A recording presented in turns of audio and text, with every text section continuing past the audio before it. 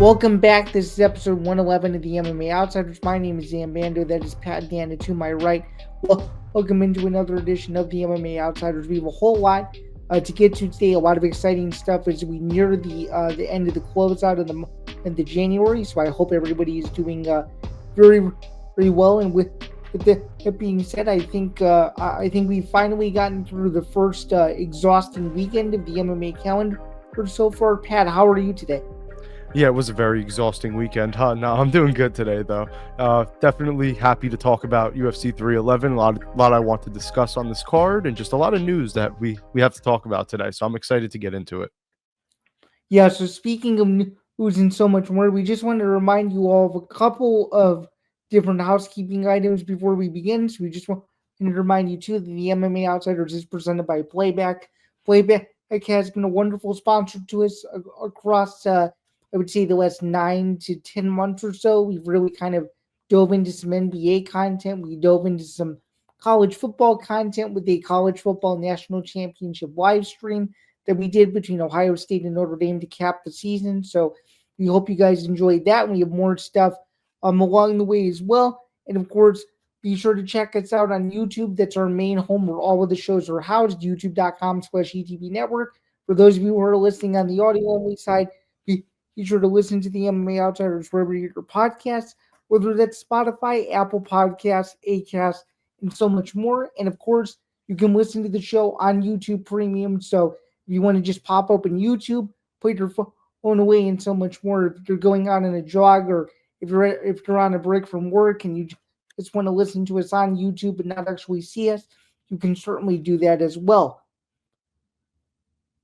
All right. Yeah, So and without we've been doing further, we've been doing a lot on Playback, by the way. I just want to say, me and Zan yeah, have both been NBA, NFL, college football. We like to get active on Playback. So if you want to see us outside of our natural habitat of MMA, please go watch us on Playback.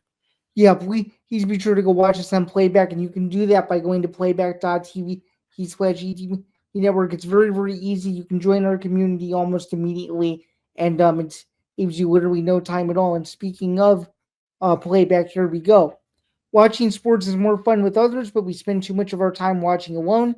Playback is a virtual space where communities can stream live sports together with everybody perfectly synced up. Creators can hop on stage, deliver their own play-by-play analysis and commentary, and invite viewers up for Q&A. Playback makes watching sports fully interactive and a social experience. From repping fantasy sport, from repping, from playing fantasy sports, repping your favorite players and teams, and watching with the commentators and communities you care about. Win or lose, sports are best enjoyed together. Join our community again by going to playback.tv, so watch ETB Network to find out more, including our live stream schedule, which I'm sure is going to get very, very packed in the next couple of months as the heart of the spring draws even closer. But we're not here to talk about Playback. We're here to talk about this past week in combat sports that was. So let's get started. We had UFC 311 this past weekend. It wasn't the main event that was initially advertised.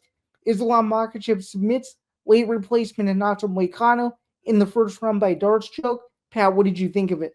I mean, come on, what else is there to think? He's the pound for pound best fighter in the world. I don't care what anyone says. I don't care. I know Dana finally agreed now, but he's the pound for pound best fighter in the world. He's been the pound for pound best fighter in the world. A lot of people are kind of just bypassing the fact that Moicano is a submission artist. Moicano has some of the best grappling at 155. He's an incredible jiu-jitsu grappler and just grappler in general. And Islam made him look like a child on the ground. As simple as that. He made him look like he was completely out of his element. And you could say short notice, this, that, whatever. Moicano was ready to fight. Moicano was ready to fight Benir Dariush. I know the game plan changed, but Dariush is also a wrestler.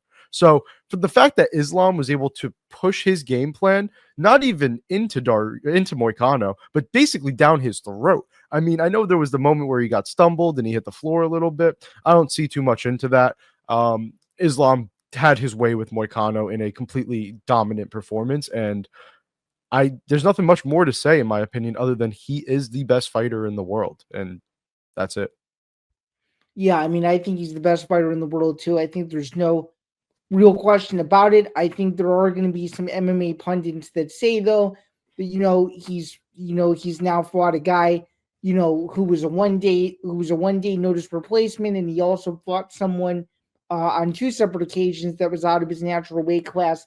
I don't think that really matters. I think it's just the story of someone's career and who they end up fighting in the journey that they're willing to take, and it's clear that he's been willing to fight all comers. And when Dana White gets a phone call and the first words out of Islam's mouth are, "Brother, I don't care. I'll fight anybody. Just let me know who I'm fighting when I get out of bed tomorrow." Like most people, I feel, would not have the wherewithal to do that. It's clear that he has been able to do that and then some, which I think is extremely extremely noteworthy, just considering his run thus far, what he's been able to do. And it will be the first to admit to all of you, when we first recorded this, the fight that was supposed to take place was Islam Makhachev versus Sarman Tarzukian. As you guys have probably found out by now, whether via listening to this or just through other sources, you probably found out that the original main event was not what it was supposed to be. We'll get into why in just a few extra minutes here, but just something I wanted to bring up too. Like I think now, from a mainstream perspective, if you want to call it that, I feel like not a ton of people really uh um not discounted, but really understood how good Islam Makhachev is.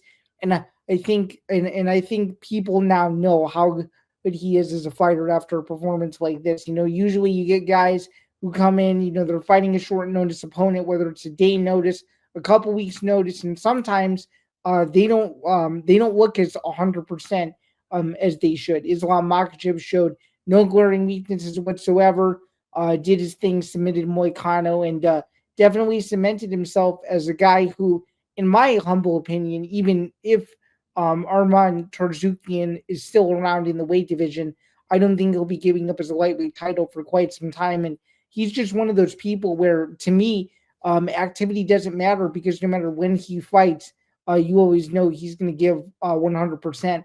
And that's exactly what he did on Saturday. Do you have anything else to add before we get into the Tarzukian angle of this whole thing? Yeah, just to argue a little bit with the people that are going to discredit the win, discredit Moicano getting a title shot and all of that. Of course, he wasn't deserving of a title shot more than a bunch of guys.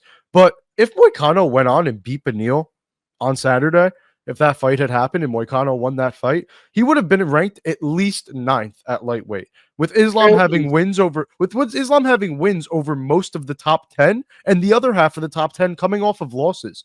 It's a realistic world where Moicano has a name, he has a little bit of hype. If he finished Dariush in a big way, we could have seen him get the next title shot anyways. So for anyone saying that this was like a BS win or whatever, Moicano was on a 4-fight win streak coming in, and he just finished Benoit Saint Denis, who everyone was saying was the next big thing and prospect and whatever. He beat Benoit up. So I don't want to hear anything discrediting Moicano as an athlete just because Islam beat him so easily and just because Islam is the best fighter in the world. It doesn't matter, in my opinion. Moicano is a very good fighter. He is one of the best lightweights in the world, and that is what a champion is supposed to do.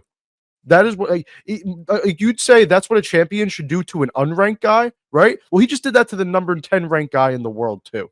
So Yeah, that just shows the level of skill difference there between Islam and even the number 10 ranked guy in the division, which that skill gap doesn't exist that heavily in a lot of divisions.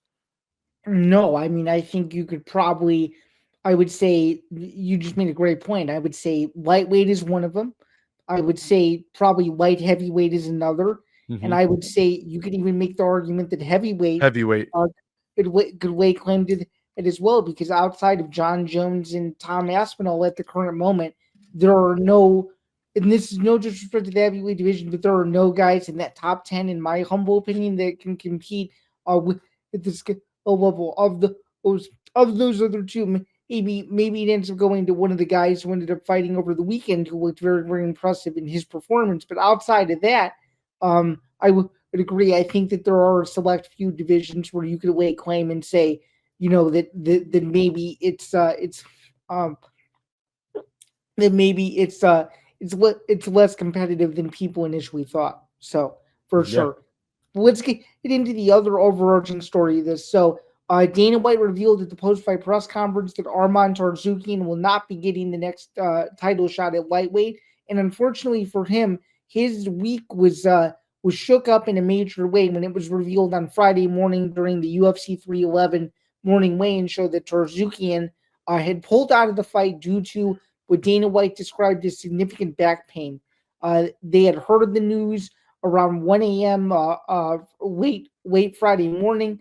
It was during Tarzukian's final weight cut, and apparently, according to his head coach, this was an issue that had been nagging for the final weeks of training camp, and they figured that it was probably going to be no big deal and that it was going to subside, and unfortunately, it never did. I just think this is a very, very disappointing situation. I think this was a situation that, quite frankly, could have been avoided to a certain extent. Obviously, you can't avoid really everything in weight cutting. You and I both have discussed this before, the dangers of weight cutting and what it can do to your body at large. But to me, I don't really know about you, but something about this story to me just didn't fully add up in my opinion. And what I think is even stranger about it is, if he had nagging back concerns before from what's starting to come out about it currently, why wasn't this addressed sooner? I don't really know. But overall, really, really unfortunate situation for Arma, and because a lot of people were excited to see this rematch, a lot of Armenian fans had made the trip to Inglewood to see the fight and didn't get what they paid for.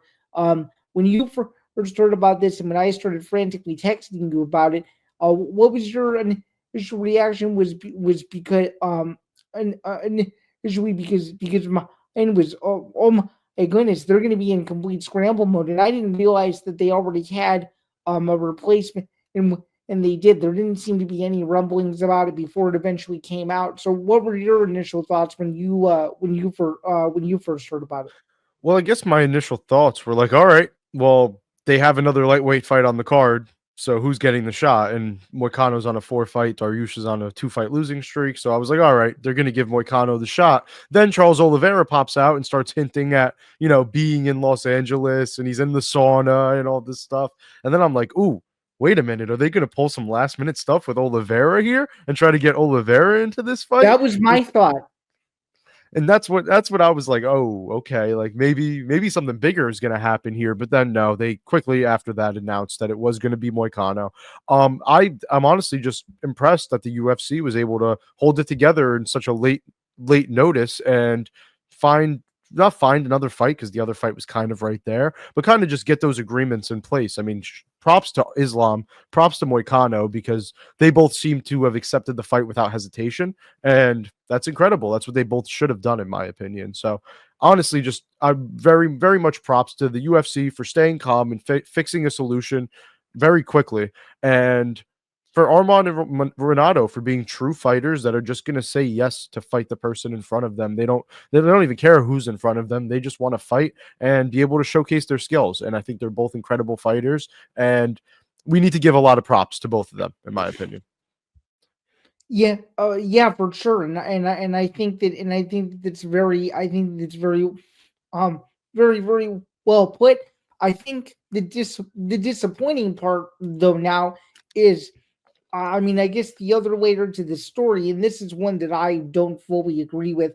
I'm starting to warm up to it to a certain extent, but just because of this severe accident, which is what it truly was, to hear Dana White say that Arm and wasn't going to get an eventual title shot after he becomes 100% healthy was to me a little bit crazy, just considering the win streak that he's currently on. What did you think when Dana initially said that? Because I think a lot of the MMA community was initially taken back before he started to explain why he felt the way he did.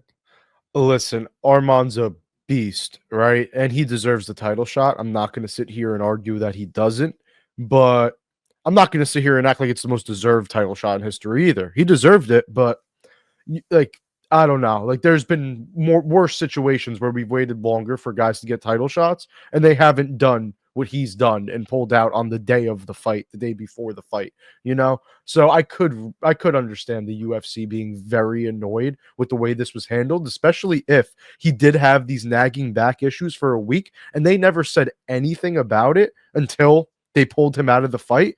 Then Yeah, I could definitely see. that's stuff that the UFC doesn't like, because if you remember the Charles Oliveira situation, um, and it was well documented in the UFC's Fight Inc. documentary, with and Dana, Hunter Campbell and the matchmaker saw the cut.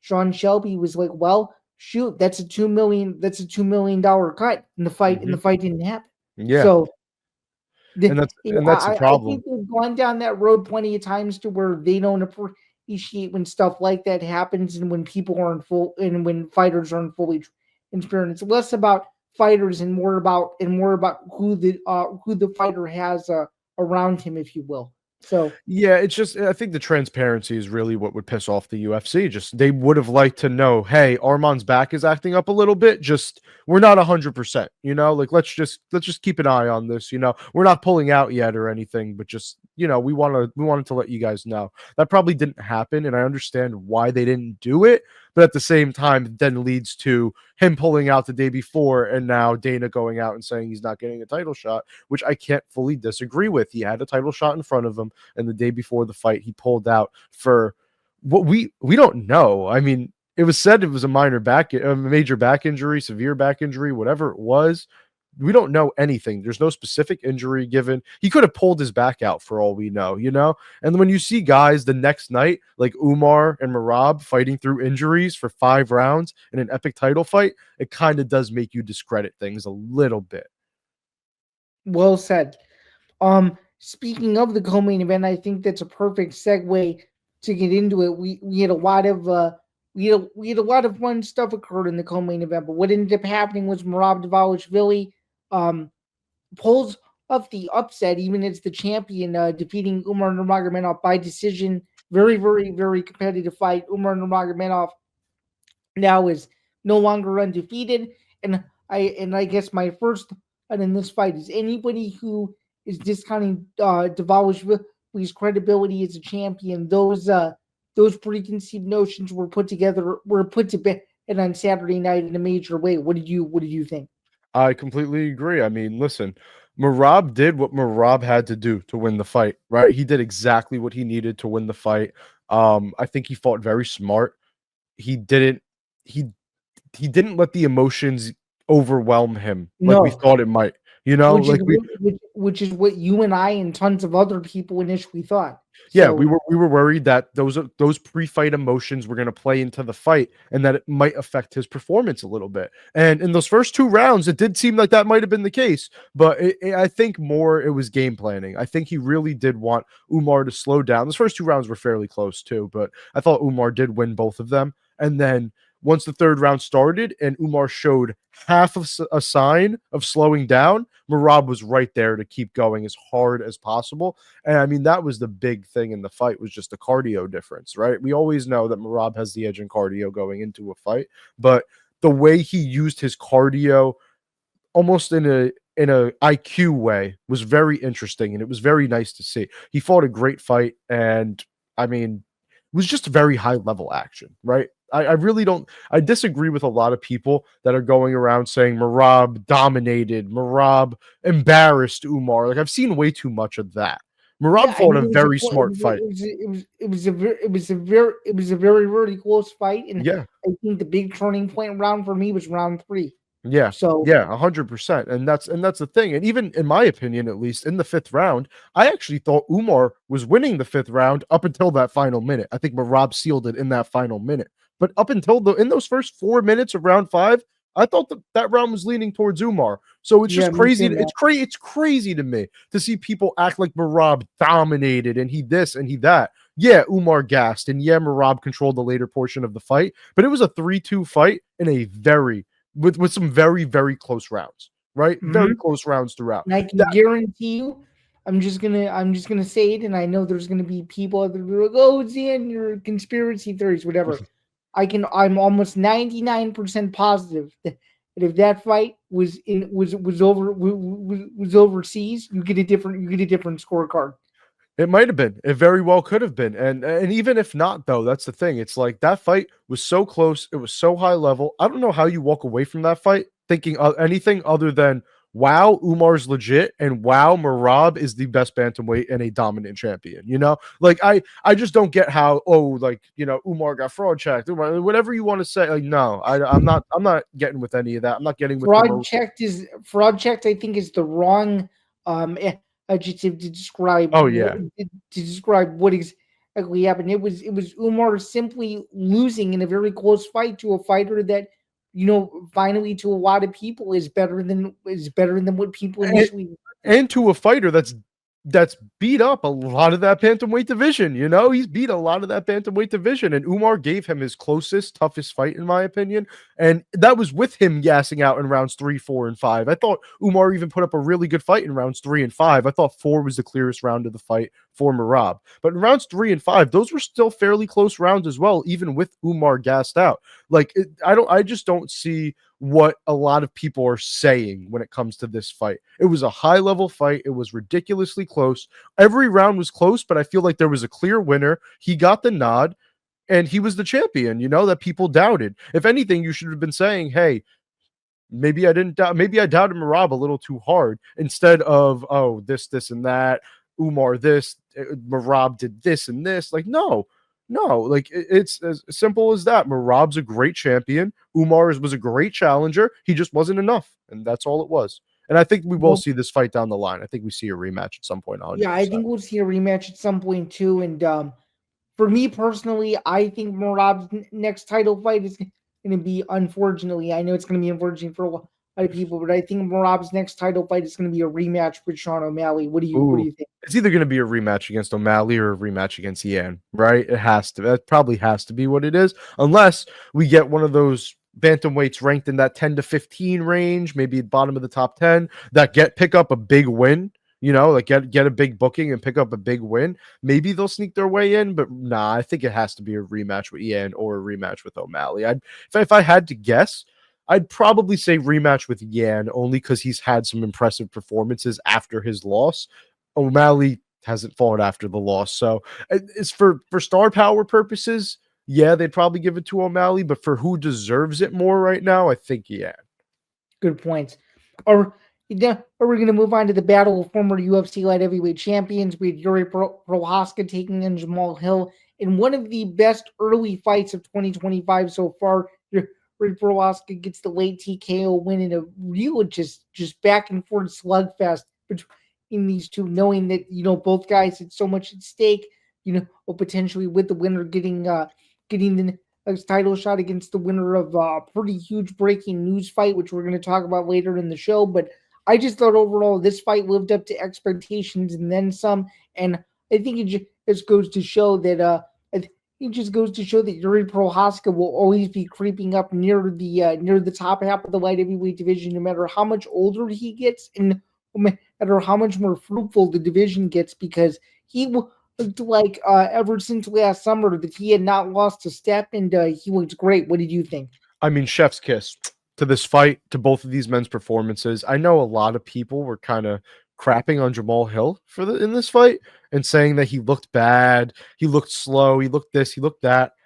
Yeah, I could see a little bit of it, but I think people I didn't like his exaggerated it footwork. heavily. His footwork has never been good, though. You know what I mean? It's never been that special. Like, Yuri was always going to have like significantly better footwork than him.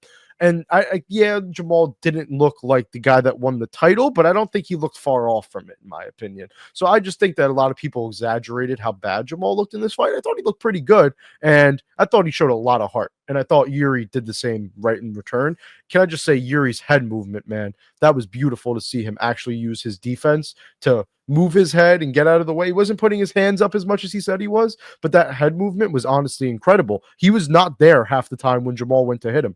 It was great work from Yuri. I mean, two great back and forth rounds. He dropped Jamal in that first round. Jamal stayed alive, stayed in it, came back and won the second, just for Yuri to put his will into everything and finish him in that third round. I mean, it was honestly just an incredible fight between two incredible former champions.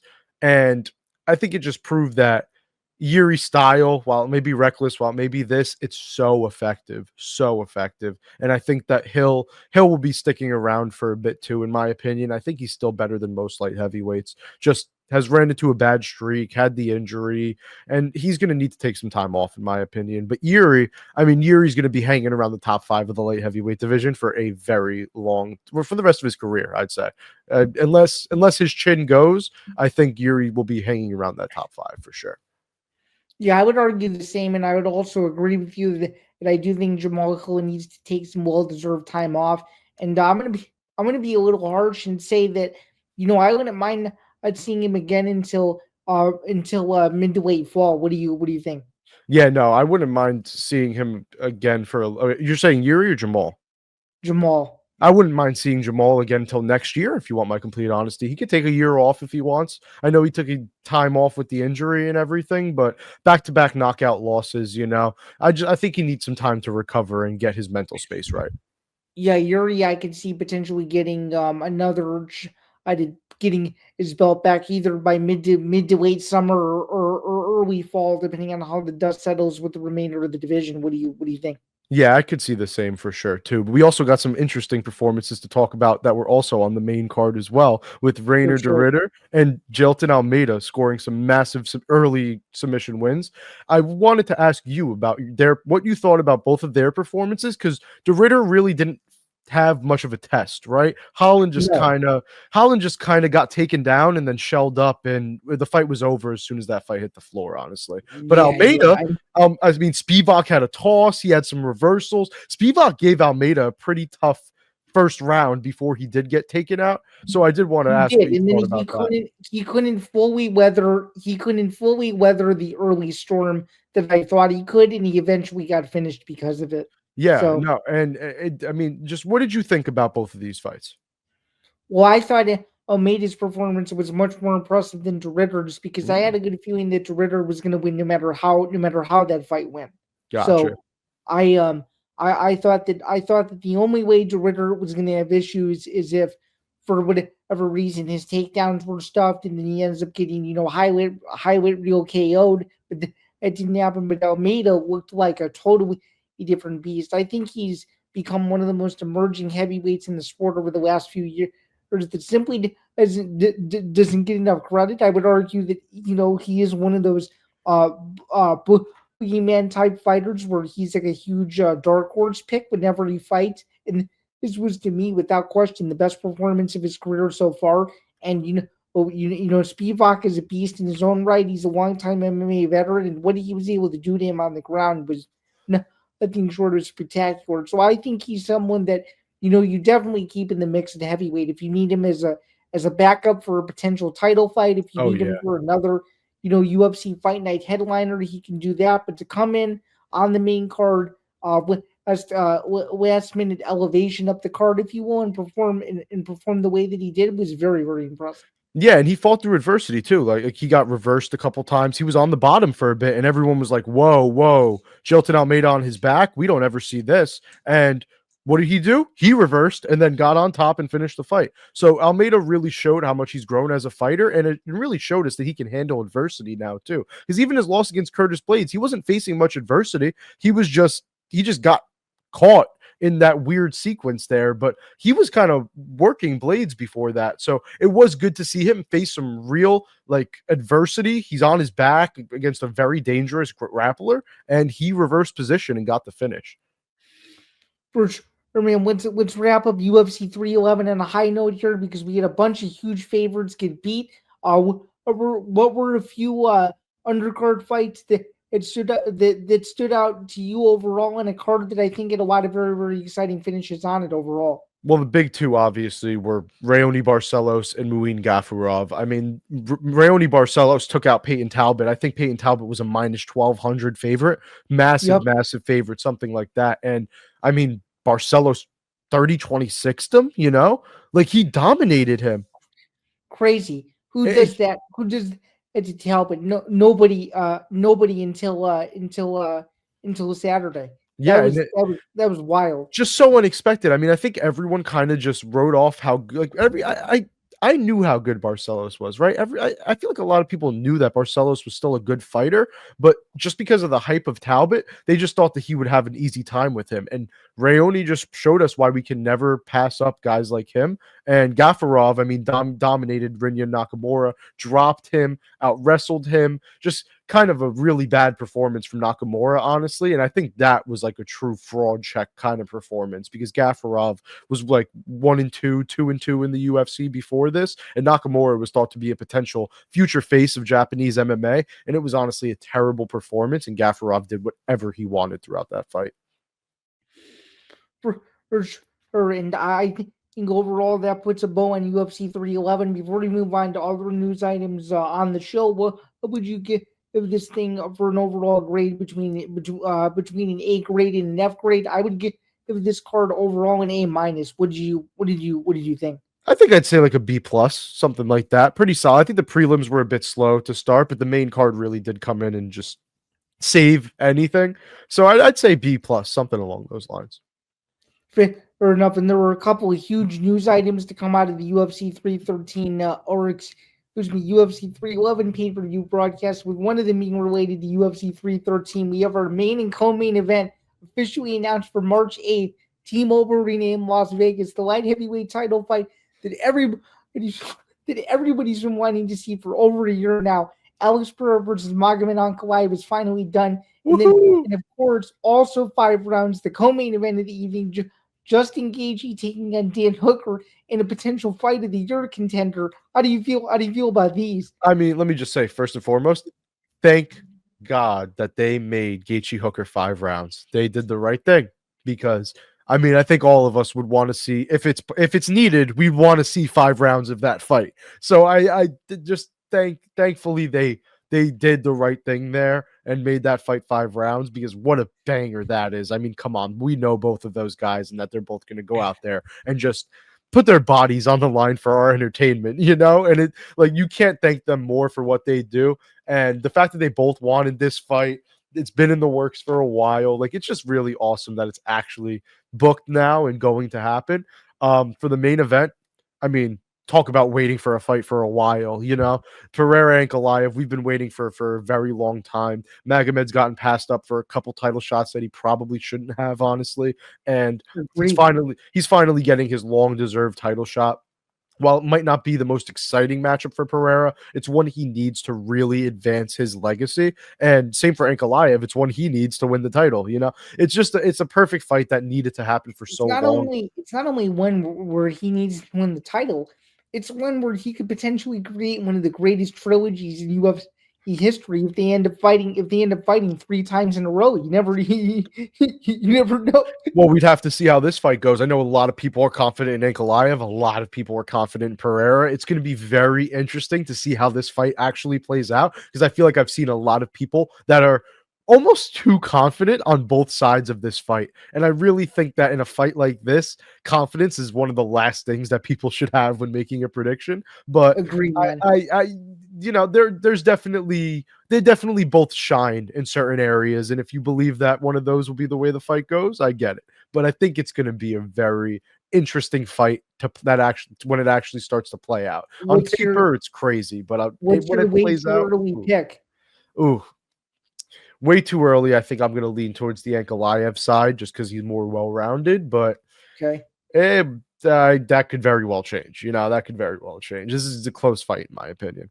I'm on the opposite side of the fences. I have to go with Pereira until he loses. I just think his story from what he's been able to do since moving up to light heavyweight is nothing short of insane. And I think if Pereira can beat Ankalaev, then he can obviously beat anybody in the weight class. So it'll be very interesting. And as far as well said, and as far as Gaethje Hooker is concerned, I don't care who wins as long as it's somehow, some way, a 5-round slugfest. So yeah, I mean, I guess it's possible, you know, that it's not a 5-round slugfest, but I don't see a world where it doesn't happen. Don't yell at me if I jinxed it, but that fight has to be a banger for sure. Me either. You also got some interesting news that we now know the new coaches for season 33 of The Ultimate Fighter, and it's 2 coaches who won't be fighting each other. It's former UFC fighters Chael Sonnen and Daniel Cormier. I was very very surprised with this with this booking. Didn't really know what to make of it considering the weight classes that we will see on the show this season. But what were your early thoughts on this? Oh, I mean, come on. What early thoughts can you have other than that's awesome? I know there were some people I had seen that were a bit upset because they're not active fighters and there's no fight at the end of the season, right? Like they like it when the coaches are built up to fight. I mean, Connor and Chandler were supposed to fight. That didn't happen. There's been a lot Right. of there's been a lot of coaches on Tough that haven't actually Matt fought. Hughes, Matt Hughes versus Rich Franklin There, is another example of that. we That didn't happen. we could sit here and keep naming them because there's been a bunch of examples of tough coaches not actually fighting. So, in my opinion, with the show and taking a bit of a decline over the past couple of years, I like the idea that they didn't force two people fighting. They made it so that it would be two guys who are going to be fun and entertaining coaches that are going to give us super entertaining, and it's going to give us some amazing moments.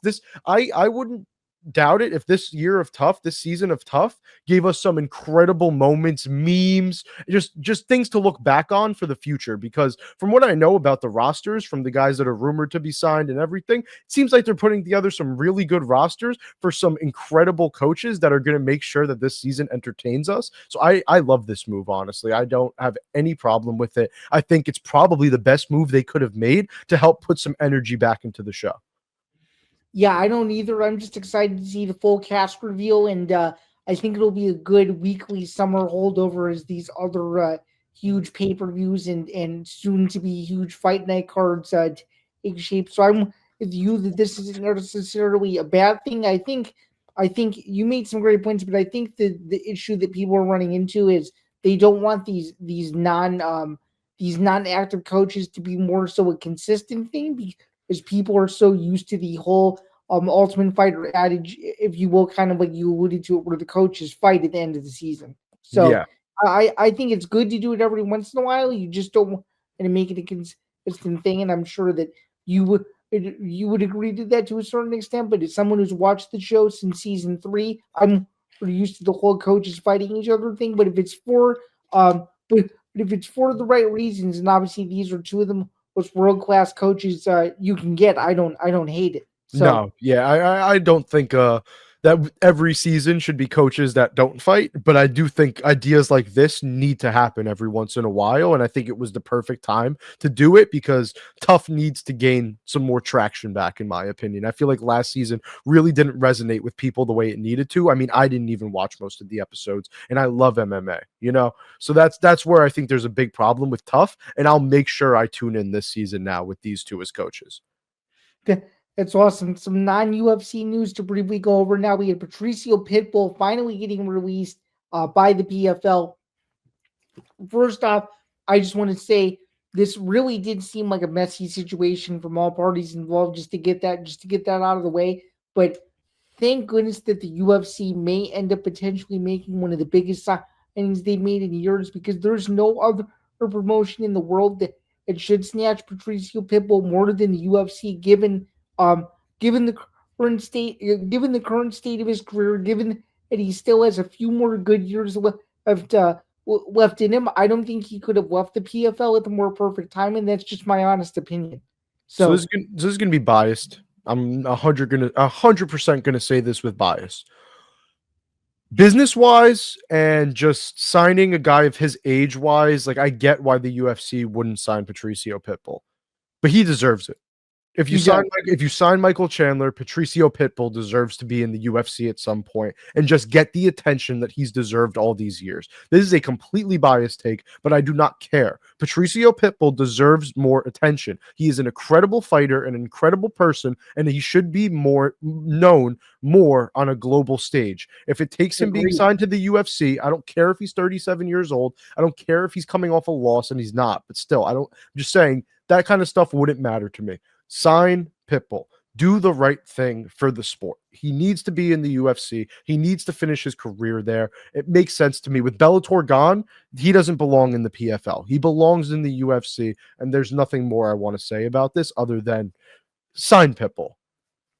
Well, and so that leads to a piggyback off question here. Would you Yeah. rather see All American wrestler Aaron Pico signed to the UFC, Pitbull signed to the UFC, or both? Because my answer is easy. I want to see both of them.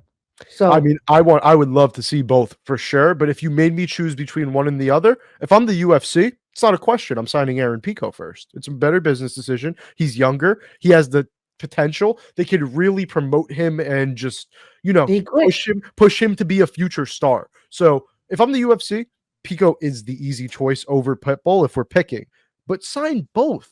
Why not? They're both talented enough. They're both incredible fighters. They're both marketable. I don't see why you wouldn't sign both. But even with all I just said about Patricio Pitbull and how he should be signed, if I'm the UFC, I completely understand why they would take Pico over Pitbull, but I just don't see why both isn't a possibility.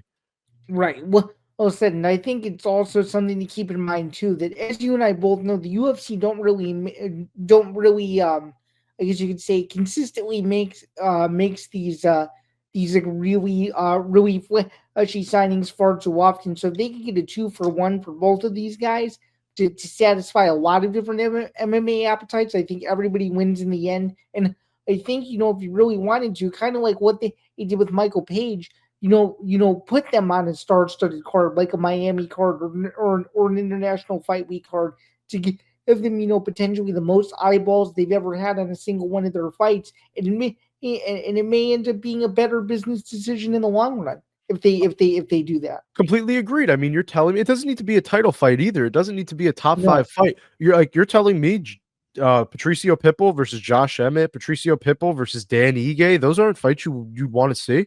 You I know, would. those are fights that you could throw on as the third, fourth fight on a pay-per-view, and people would go crazy when they watch those two square off in the cage. You know what I mean? It's like you gotta just give these guys the chance. I mean, I know they're gonna want more contracts than your average new signee and everything. They're gonna want Which more they money. probably will. They'll probably Oh give yeah. him. Oh yeah, and they can give them. That's the thing. The UFC can give out those contracts, and these guys deserve it. I know whatever for business, but there's just a certain part of me that feels like these guys deserve a lot that they haven't gotten yet, and I think now's the time that they get it.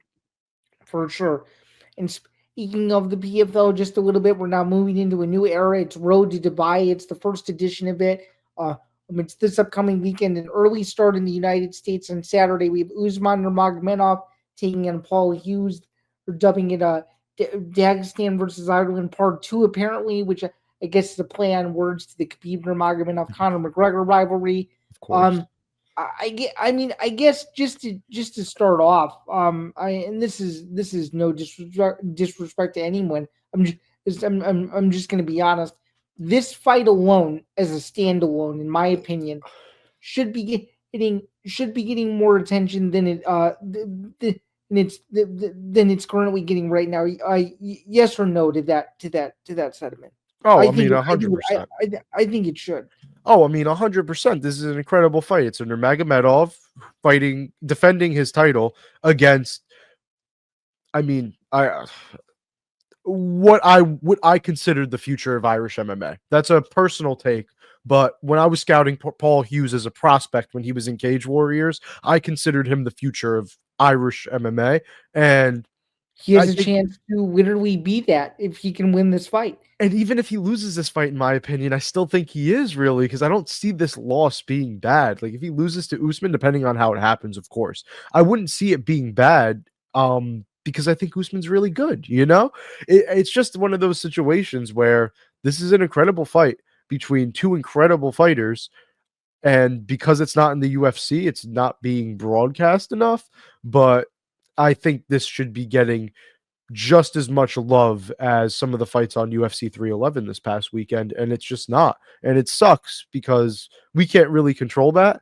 No, But he can't. I would love to have But I seen. guess what we can control, Pat, to a certain extent, is how much we talk about it and how much is like to just from our own personal being, if you will. Yes, yes, for sure. And then what I will say is I think this fight, and I would have liked this fight to have been on a bigger card. The card is booked around this fight, which is what I think should have happened. The problem is the surrounding card is not good. I'll be honest. The surrounding card of this fight just doesn't interest people. It's not great. They should have built this card to be a lot bigger and better for Usman and Hughes. And because they're the only attraction on the card, it hurts the eyes on them, you know? Yeah, I mean the only thing that I guess is good is for the people in those territories in Dubai and in Ireland. At least that fight starts at a reasonable hour. But outside of that, that's really the only positive upside to the whole to the whole thing, if you will. Yeah, and I don't know. It's a great fight, and I guess we'll go into predictions really quick. I do think Usman Nurmagomedov will win a unanimous decision. I do think it'll be Okay. close, though. I do think Paul Hughes is going to fight him. Like, I think Paul Hughes is going to put up a fight, and I think he will not let Usman relax in a lot of situations where he's been able to relax in the past in fights.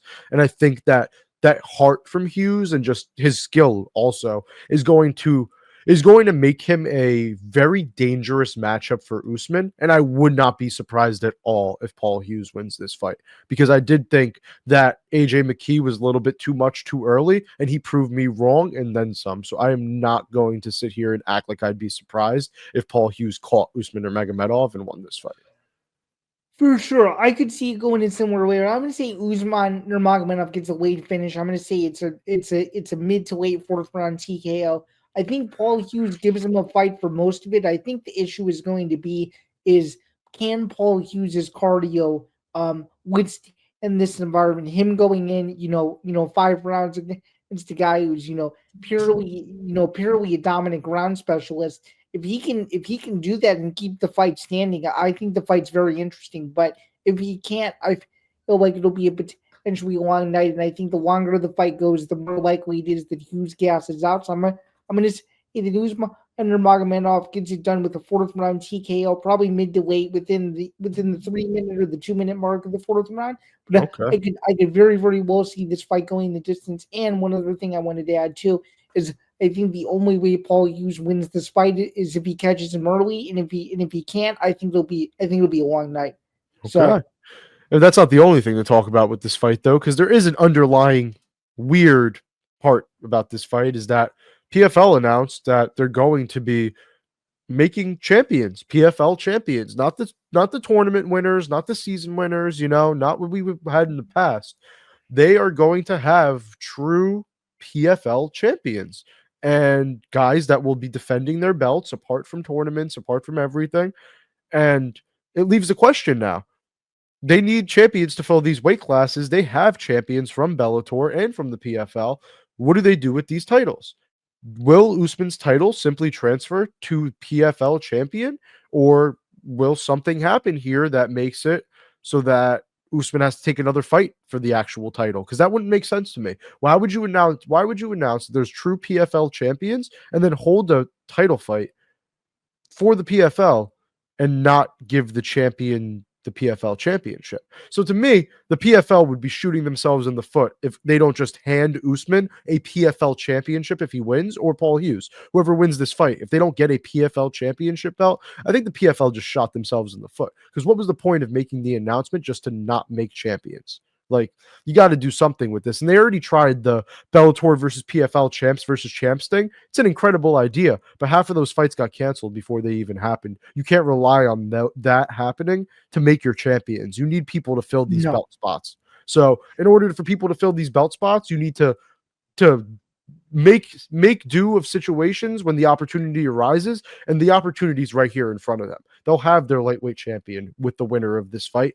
Give them the PFL lightweight championship. yeah, I mean, I do agree with you to a certain extent that I think that if they don't give Usman or Nurmagomedov a title of some sort that's a representation of the PFL, I agree that everybody's time has been wasted. Considering that he did walk away as the Bellator champion before all that stuff happened with the Grand Prix and the whole thing, and that not ever concluding.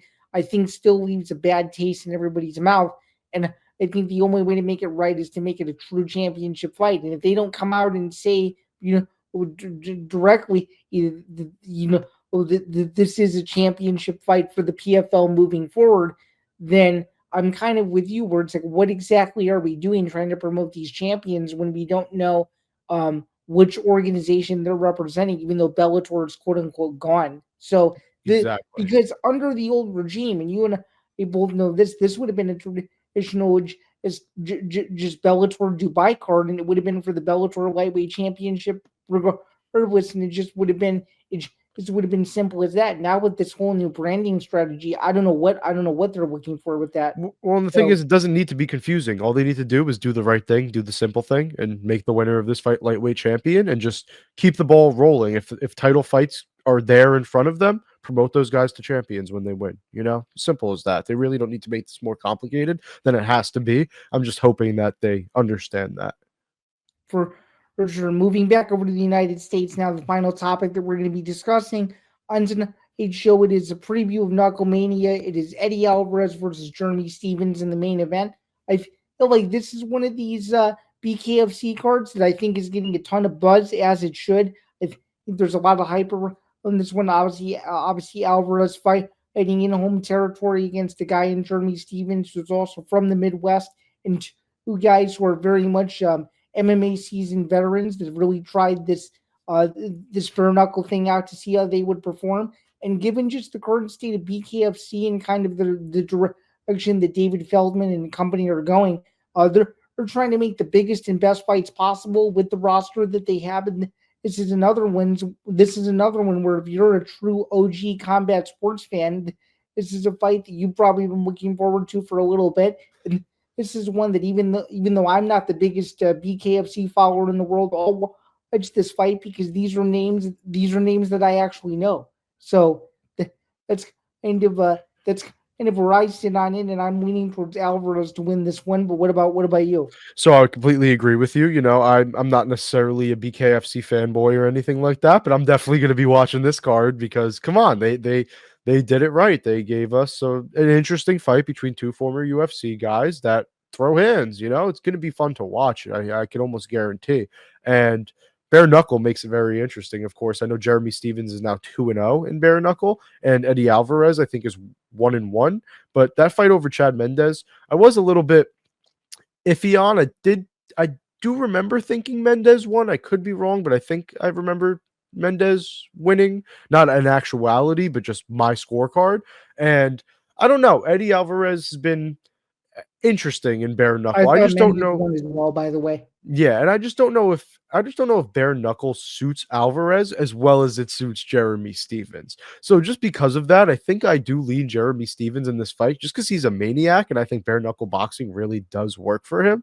But regardless, I think this is a fun fight, and it's a great job by BKFC to give a main event that a lot of people are going to care about apart from BKFC fans. Like regular people will care about this. They have Beck Rawlings also on the card. They have my guy Patrick the Brick Brady. They have some Was decent on this fights. card too. Yes, exactly. So they have some very fun, decent fights on this card, and they attracted not just BKFC fans but MMA fans with it too. So the more that they do this, I feel like the more we're going to get familiar with them. And I didn't even realize Phil Caracappa also on this card. Keep an eye on him. He's a very good MMA fighter.